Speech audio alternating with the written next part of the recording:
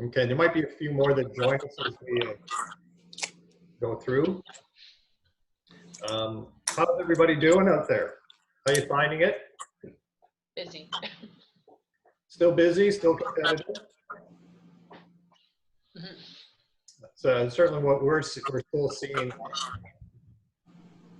Still seeing the fact that where new listings are starting to come on the marketplace, but we're still seeing that buyers are serious, buyers are still out there.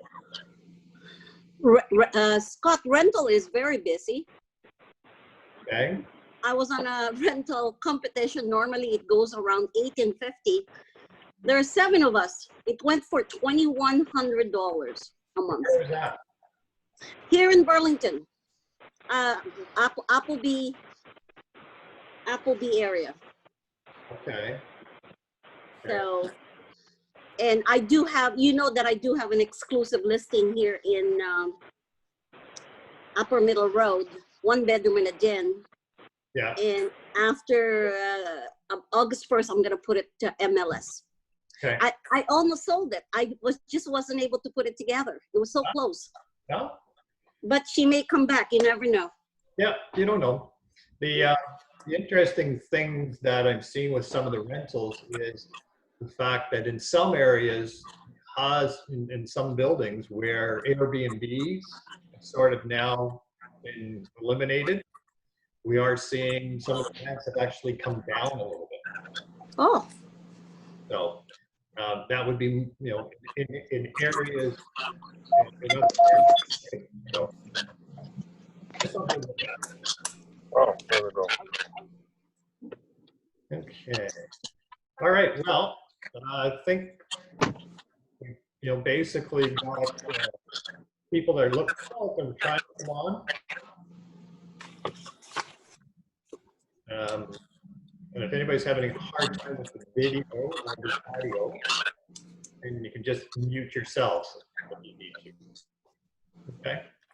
But hey, the main reason I wanted to get everybody together is I had let's call it there was 3 of us in a meeting with the president of Brand Building Corporation, Frank Giannoni. And it was interesting to sort of pick his brain on what's going on with condo development in the GTA. And the interesting part was they're doing a very large project in Mississauga in conjunction with 5 other builders. And so it was interesting chatting with him. I've got more specifics on that particular project. And then also they were doing buildings in around Don Mills, shops at Don Mills. And so just to give you a little bit of feedback, they have on their site, they had 5,000 people registered. Whoa. Interested in new condos. In the last 3 months, that's now up to 8,000 people have registered interested in new condos. And he said it's interesting to see that in all aspects, smaller units, bigger units. So it's interesting to see that the activity for condos is still there. Okay.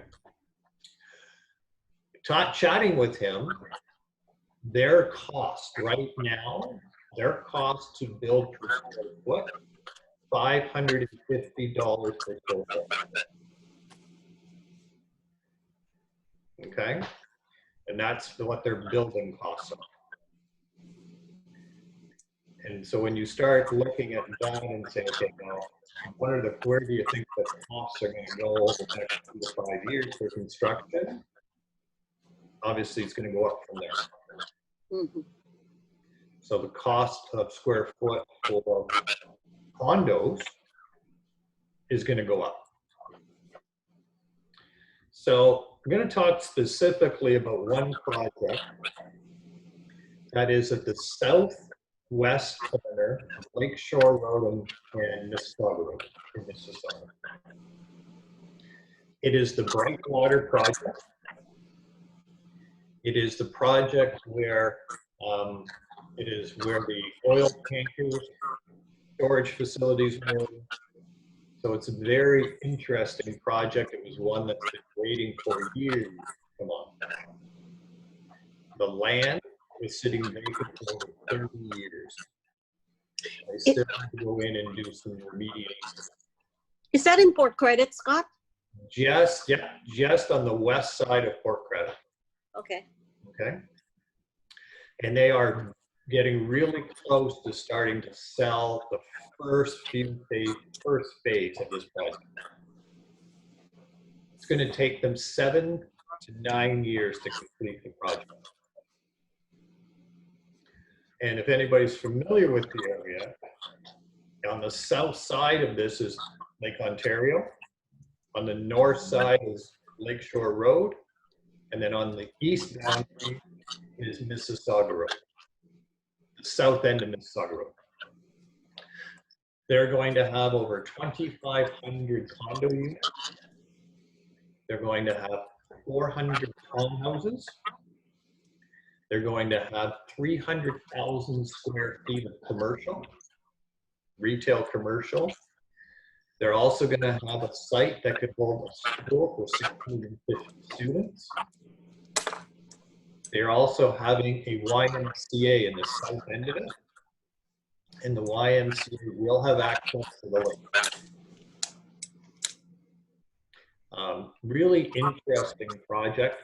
Now, here's the thing is that first phase is going to be a 5-story building. And actually, there's very few people who know about this yet. It's not even on the website. So, first phase is going to be a 5-story building. It's going to be at the corner of Lakeshore and Mississauga Road, running west. They are going to be an average of 525 square feet. Smaller units. This is the first time we're actually looking at investors buying instead of end users.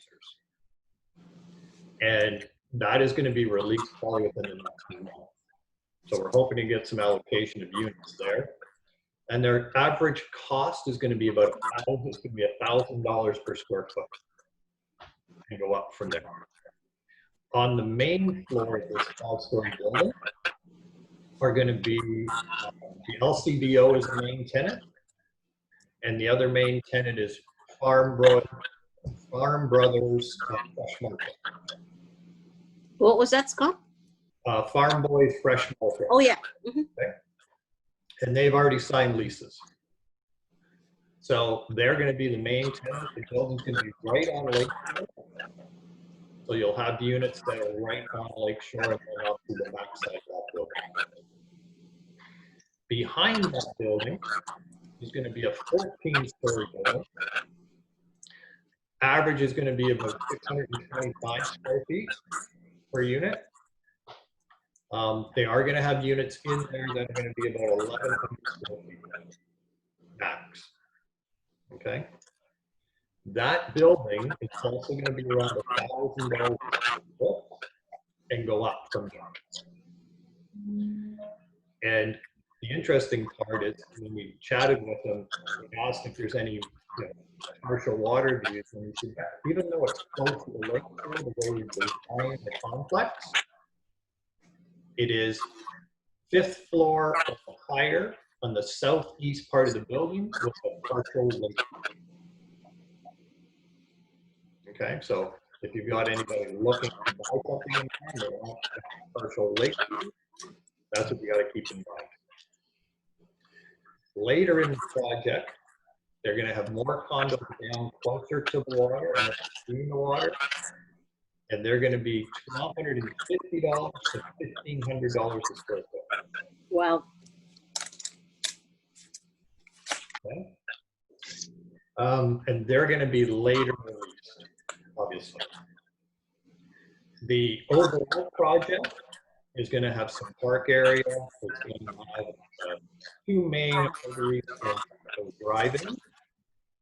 One of the things that they've agreed to is in this complex will be a direct pedal to the GO station.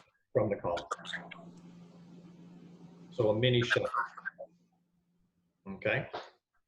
The school site has not been set yet on if they are going to go through it. It is set aside, but they don't know if it's going to be if it's going to go forward.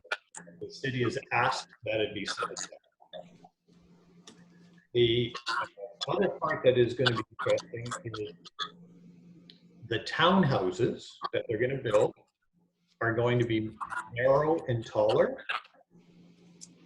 They're going to basically have a very small land in the basement area because you're going to have a garage or underground, and the basement is underground, but no basements, no finished basements. Behind the parking is a storage facility with a small landing that you go up. And we asked, why no basements? The Texaco that owned the land would not allow any basements. That would be finished space on the site. So, and again, it gets into because of, even though the land's been mediated, Texaco doesn't want anything coming back to them. So there'll be no finished occupancy space below ground anywhere on the site. It's a really neat project. It's going to be, as I say, they're going to be starting to release the possibility of allocation of some units. We're hoping to get in. They are allowing to go to the realtor community first before they go through registrations. And I'm going to have a bit more information on that hopefully in the next week or two. Yeah. But if you actually just go to Brightwater, just Google Brightwater Development, there is a way that you can register as a realtor. There's a register portal, and you can get the information. But if you have anybody that you think might be very, very serious, we are just trying to get a few units that we allocated the company specifically. Not 100% yet, we're still working. Okay, any questions on that project? Well, I'm interested, Scott, when you get more information, can you share it with us? Yep. I just thought because it's been a high profile project, and Fram has done a lot of the development in Fort Bragg. And so it was interesting to get one-on-one with them to really get the inside of what's going on in that development. Okay. Okay. And do you know what the deposit structure is? Don't know that yet at all. Yeah. First building's probably going to be 3 or 4 years out. So, with any of the deposit structures, that I can try and get it up to somewhere in within the first year, at least to the 10% mark, if not up to 20% before the closing. Okay. But yeah, it'll be an interesting one to keep a look at. Switching gears, if there's no questions on that particular one. Municipal bylaws. Municipal bylaws are now in force for a majority of the municipalities with regards to wearing face guards, face masks. Recently, in the last few days, several of the Ontario real estate boards have come out and said that realtors doing business with consumers or showing properties is an extension of your office. So if you're doing any showing, face masks are mandatory. Okay, just to keep that in mind. RICO has not come out to say anything like that, nor has the Canadian Real Estate Association, but I've received notification from several of the Ontario individual boards that the idea of showing, inspection, any of that that's indoors, or if you're not within 6 feet of distancing, you must be wearing a face guard, face mask. Okay? So I just want to make sure everybody's aware of that, because that is something that, you know, different municipalities have different rules. That is now, majority of them have that, anything indoor or working like live basement. Okay, so protection for all, and it's just something that has to be done, which is fine. People are all but yeah, so just really, you know, I just wanted to give you a little bit of insight on the conversation with Frank and the companies, and they're very they're very strong on what they see in the marketplace over the next few years. They say, yeah, we're going to have a little bit of among certain months and maybe certain quarters, but overall, they're very, very strong on the Toronto marketplace moving forward in the GTA area, which was really good to hear. And the amount of interest that they're getting in their different projects, they can see that the interest. But for now, if you guys anybody want any other, I just wanted to cover that special project we'll talk with you and give some updates. If you've got any other information or stuff you want to talk about, unmute yourselves if you're muted. Let's chat. All right. From Carol to me, the computer I'm on does not have microphone. Contamination issues at Brightwater. Good question, Carol. The land has all been remediated, is the process of it. So they are, you know, from the point of view of the developer and Environment Canada, they have removed the lands that would have any contamination. But as a safety issue, the owner of the lands, Texaco, said that no areas of finished would be below grade. So from contamination for you know, water and stuff like that, they don't see it because it's all new piping, it's all new, you know, new in the area. All the contaminated soils have been removed. Hopefully that answers your question.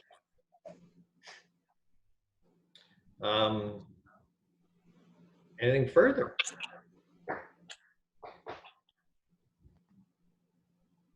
Well, I'm going to suggest, Carol, if the developer wouldn't get his construction financing if they didn't feel that the land was there. So as far as individuals getting financing, I don't see that being a concern, just because there's no way the builders would get any type of construction financing without having environmental. You're welcome. Any other thoughts, questions? Okay, well, I just wanted to make that specific to, you know, my conversations were with Frank this week, and to give you a little update on the bylaws and as a realtor. In some municipalities that have phase 3, just a reminder, open houses, you can do them, but please follow the very strict guidelines that the boards and people have put out, and Korea has put out. Okay? If you are going to do the open house, I'm finding that with the virtual showings and things like that, the screening of the buyers really is narrowing it down to, you know, being able to really qualify the buyers before having them go out. I agree. And I think you're going to find that even today, some consumers are going to be a little cautious of having just everybody come back to you. But if you are going to do the public open house, please follow all the strict guidelines. Okay. Anything else before we finish off? Not for me. All right. I will have more information. Frank is basically the people that were in the meeting was basically myself, my brother, and my niece and nephew, representation of local realtors. We're hoping to have some units allocated to our two companies. What is the name of the project again? Brightwater. Brightwater. Thank you. Brightwater in Mississauga. Okay. Yeah, thank you, Scott. Yeah, and as I get more information, I'll pass it along as soon as I get it. And then we'll go from there. But everybody, it's going to be a neat project and in a great spot. So, okay. All right. Thank you, Scott. Thank you, everybody. Have the rest. Enjoy the rest of your day, and we'll connect if you need. If anything, I'm reaching. All right. Everybody, take care. Thank you. Bye. Bye bye.